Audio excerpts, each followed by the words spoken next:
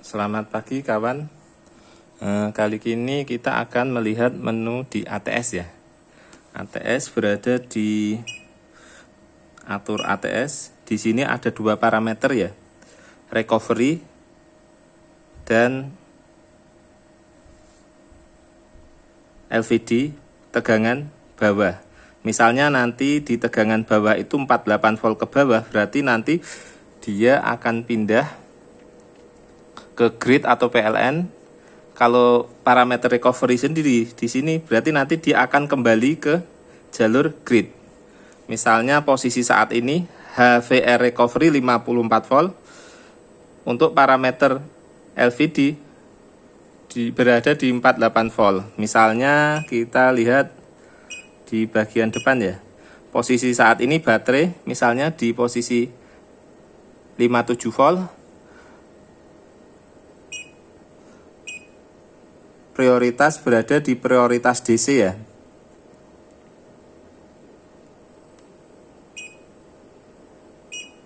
Ini berada di DC. Terus untuk osiloskop di sini ada 3 channel kita aktifkan ya. Untuk gambar kuning itu channel 1 itu pembacaan grid PLN, channel 2 biru pembacaan dari output trafo, dan channel 3 pembacaan di jalur load beban. Misalnya kita lihat dulu di channel 1 ya, data di channel 1. Ini ya, channel 1 ini menunjukkan AC RMS berada di 207 volt, 208 volt. Terus kita lihat lagi di output trafo ya, output trafo berada di channel 2. Di output 2 kita lihat output 2 ini berada di 220 volt. Output 2 output dari trafo. Kita lihat lagi di channel 3 ya. Channel 3 ini di jalur load beban. Itu pembacaannya itu 220 volt. Kita ingat lagi tadi ya, menunya itu utama DC, berarti keluaran diambil dari output trafo. Ini berada di 220 volt. Coba kita aktifkan yang ada di osiloskop 3 channel. Ini ya 3 channel output yang ada di osiloskop. Seperti ini ya. Terus kita lihat posisi saat ini tegangan 56,6 volt berada di mode DC. Terus kita simulasikan baterai, kita turunkan menjadi 47 volt. Saat ini berada di mode DC ya.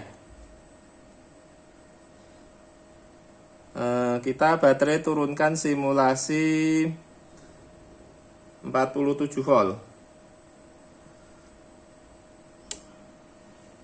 Coba kita lihat posisi di sini, output dia mengambil dari sisi grid PLN. Jadi output sekarang ini posisinya 208 volt.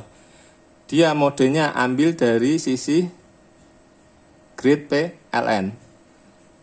Terus kita simulasikan lagi ke tegangan agar dia recovery ya. Kita buat tegangan 55 volt.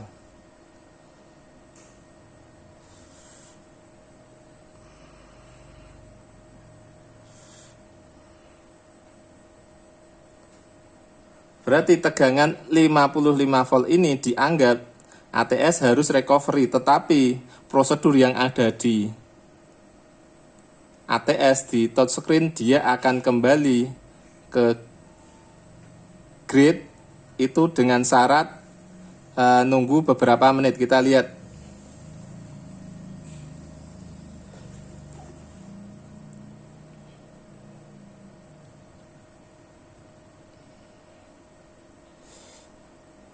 Kenapa dia harus nunggu? Kalau kita simulasikan dengan baterai, berarti di situ di baterai itu harus melakukan cas beberapa menit setelah dia penuh.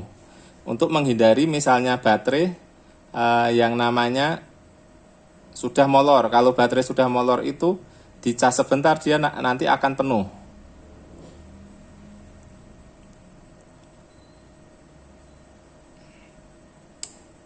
Ini coba kita lihat, dia kembali ke output dari trafo.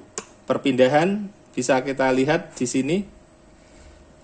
Ini adalah pembacaan osiloskop 3 channel.